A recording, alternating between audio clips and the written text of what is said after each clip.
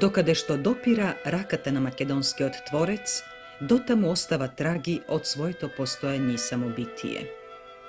Poleto na koje najmnogo se sejelo semeto makedonsko, od koje se sobirale na ljubavite plodovi, je blagorodno to pole na kulturata i na umetnosta.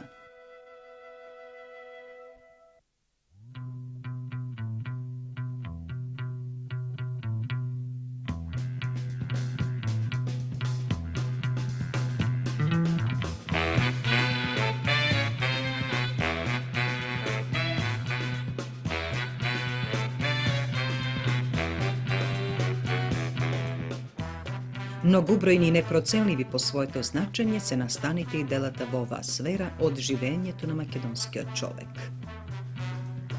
Tije sekogaš, ke nivo pokažuvat patot na minatoto, na ona što sme bile, za da znajemo koji sme danas.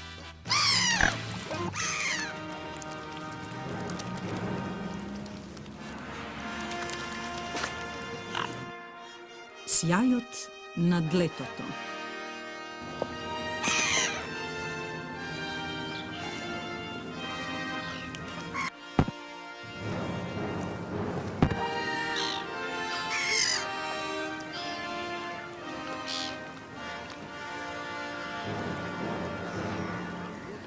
Među značajnite mesta vo bogatoto umetničko tvoreštvo i nasledstvo na Makedonija, drvorezot, odnosno kopaničarstvo, to zazema posebno mesto kako značajna umetnička granka so vekovna tradicija.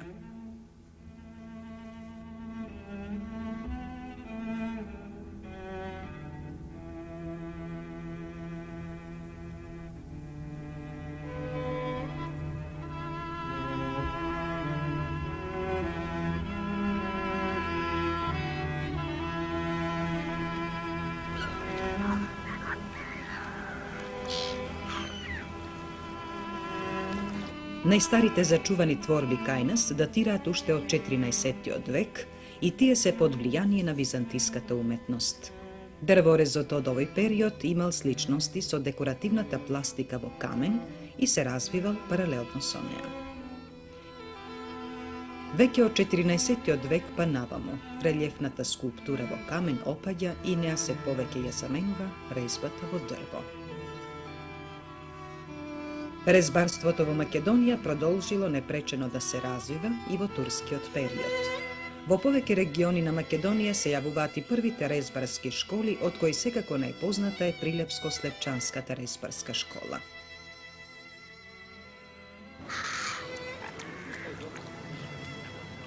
Vo 17. i 18. vek Sveta Gora stanova centar na sakralnata rezba i ta so svojite renesansni i barokni stilovi i elementi vrši vlijanije i vrz rezbata vo Makedonija.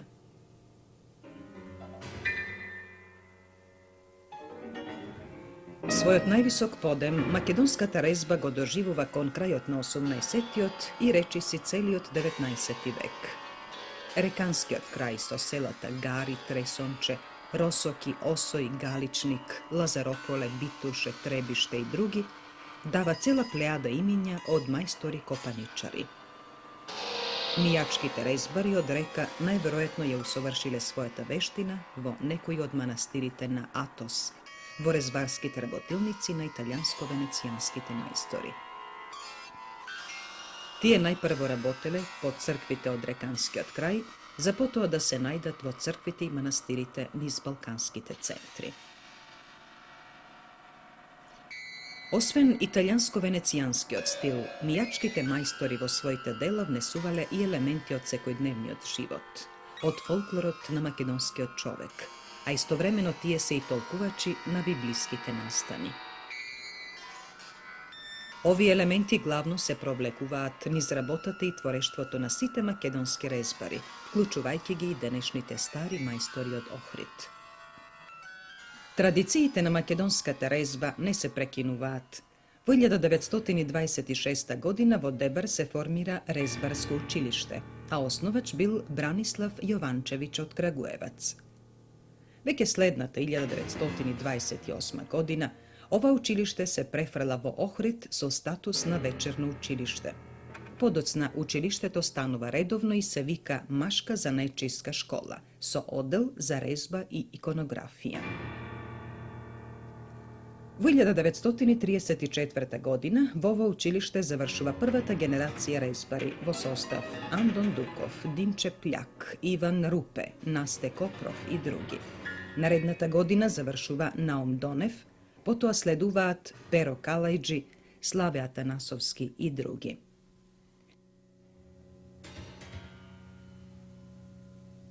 Најсвеж пример од уметничкото творештво на оваа резбарска тројка од Охрид е дрвениот иконостас во новата црква во село Калиште Струшко.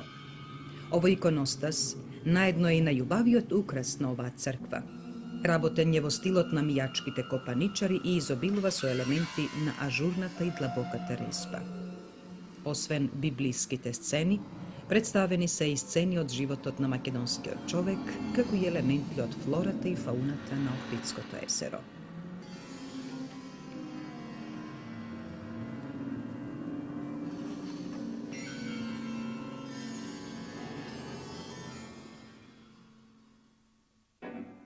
Резбарската школа во Охрид ја продолжува својата работа и со време на окупацијата. Основачот Јованчевиќ и сега е на нејзиното чело и со сите напори настојува таа да се одржи. По ослободувањето, резбарското училиште во Охрид се претвора во резбарско ателје под назив Андон Дуков и во него работеле околу 20 резбари.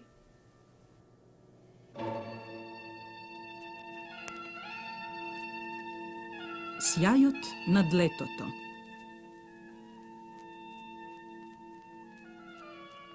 Петар Калајджиев.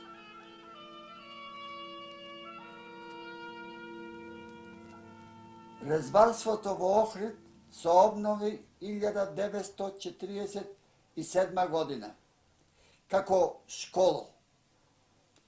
Тоа работеше до 1961 година, после кој беше фактор причина што се тоа училиште затвори. Тоа го знаат факторите и на Охрид и на Република. После затворењето на школата се формира резбарско предпријатие Андон Дуков, во кое влегоја сите завршени ученици на тоа училиште и кое дојде во еден добар цвет, во еден добар развиток и се работеше прилично. Имаше околу 20 души резбари, кои почнавме да работиме. Како прво, имавме на детали да работиме на Палас. Второ, работавме низ републиките кабинети, Белград, Титоград, тука за музеј има кабинет и X порачки на известни установи. Имаме дадено добри спомени, подароци Москва, во други вака Белград. И самото резбарско предпријатие обнови и столарство. Столаријата, по моје гледање, ја замати положбата на резбата во Охрид. Се нагомилаа 50 души работници и кое не можеше понатака тоа да се развија, трошковите, платите, едно и друго и така, то 40 и поправо 62 се ликвидира и останаа 4-5 души резбари, по уствари тројца, кои ги прифати музеот. Музеот исто не можеше да ја обстани да обдржат. И така, само по себе, тоа се дојде во едно распаѓање на резбарството. И така исчезна. Со тоа и училиштето привремено ги затвори своите врати. За овој уметнички занает доаѓаат најтешките денови од неговото постоење. Многу несреќно, со краток век, занајдот на 2-3 наврати оживува за повторно да скасне. Ни иницијативата на работната организација Стокопромет во 1963 година да формира резбарска работилница, ниту пак Заводот за заштита на спомениците на културата и Народниот музеј од Охрид во 1975 година, кој формира резбарска работилница со цел да вршат конзервација на иконостасите во резба, не успеја да му го вратат животот и сјајот на овој занает.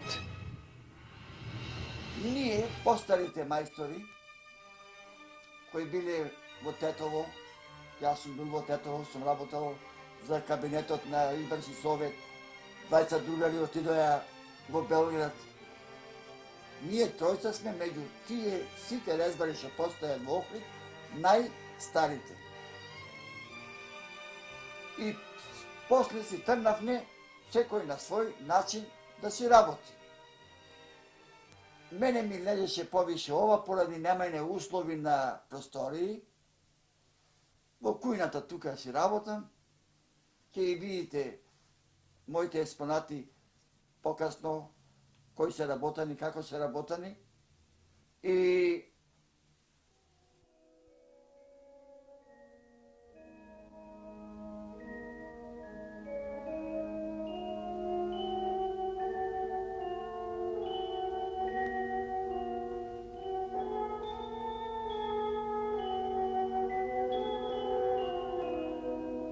Настојувањето на охриѓани да го оживеат овој уметнички занает и повторно да го стават во служба не само на сакралната уметност, туку и во профаното живење, продолжи. Пред известно време, најголемата работна организација во Охрид Електромонтажа, со цел да се зачуваат и да продолжат традициите на оваа уметност, под свој покровителство ја формира резбарската работилница во составот на оваа работна организација. Сјајот на длетото.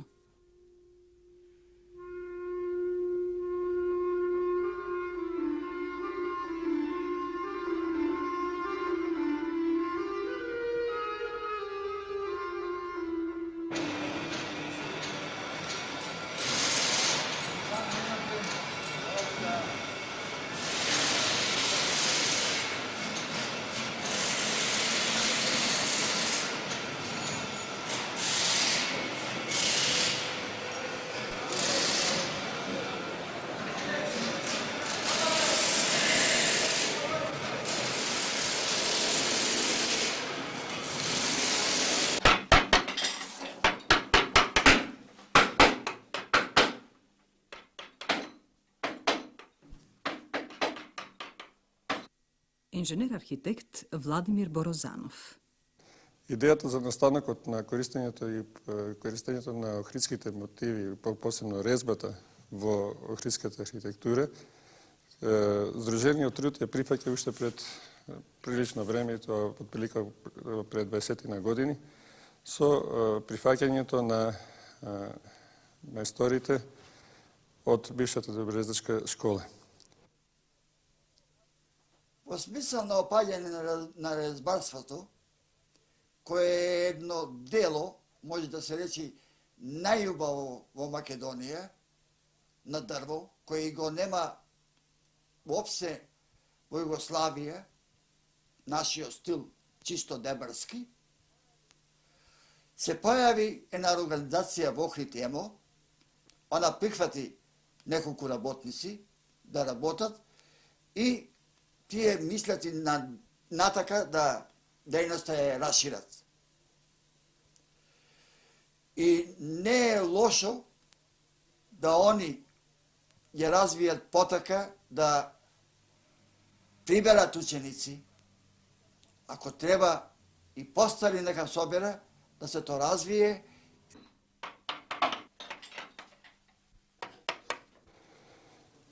Целот на постоењето пред се во нашата фирма на резбата е во негувањето и пласирањето на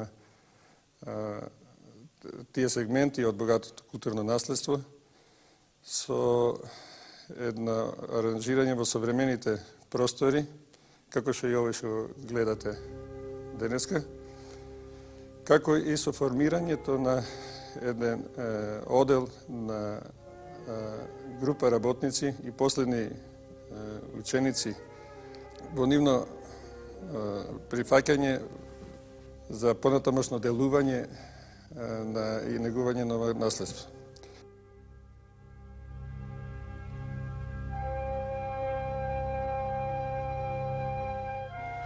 Јас сум еден од последните ученици од некогашната школа за резба, кој се викаше Ателје за уметничка резба. И за жал од тогаш, односно од 55-та година навака, немат млад кадар. Благодарение на ЕМО, кој ни овозможи да се отвори ателје, примени сме јас и уште еден колега, а имаме и млад кадар, 20 ученици, кои покажуваат интересување за тој занает и се надеваме дека од ними нешто ќе биде, да се продолжи тоа врста уметност, која е од големо значење за Охрид.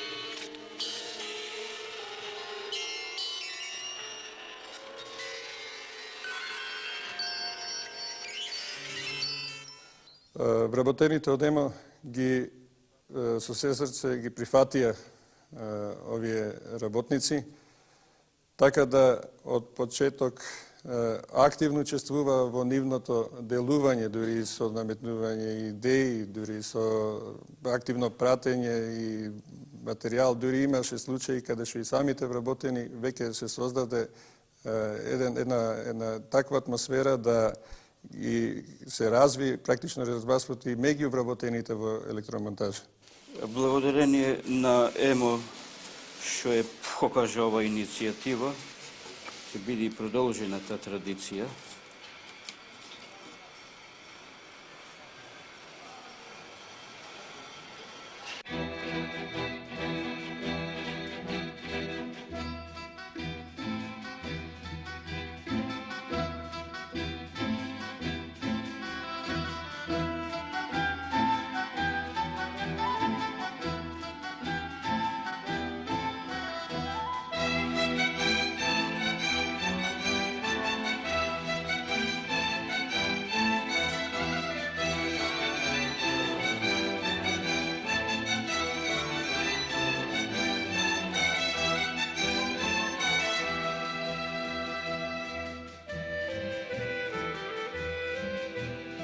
Речиси, не ќе се најде црква или манастир во Македонија, во кој македонските копаничари не оставиле зад себе траги од своите вешти раце и богатата фантазија.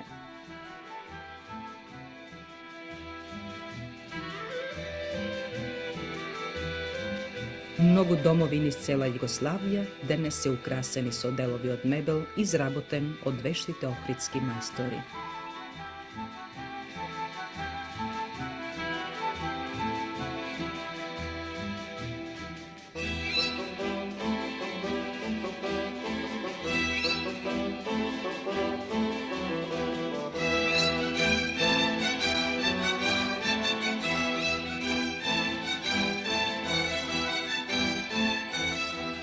Овие ретки примероци на убавина во дрво се дело на охридскиот мајстор Наум Донев.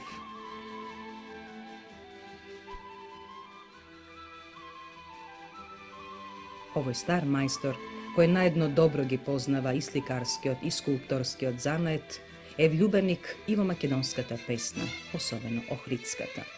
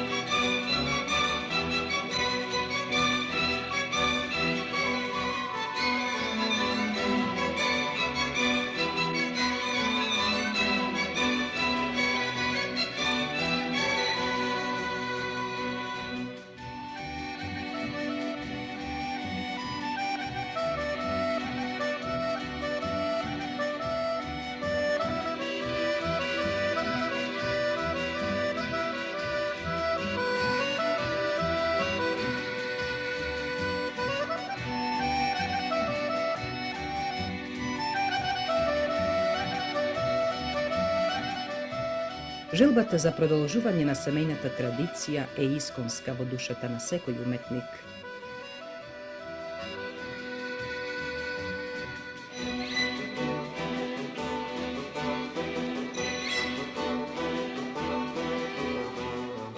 И покрај целата макотрпност и тешкотии на кои наидуваат во својот занет, очигледни се и настојувањата на старите охридски резбари, дел од своите искуства да пренесат врз своите поколенија, се со цел да се задржи традицијата, не само во семејството, туку во битието на македонскиот човек.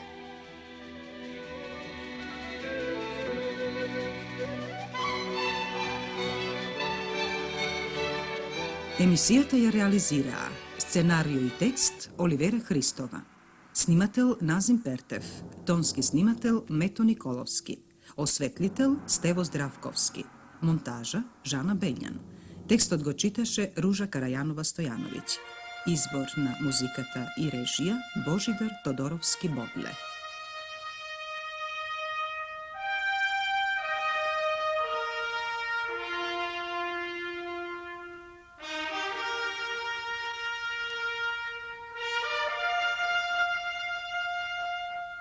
Сјајот над летото.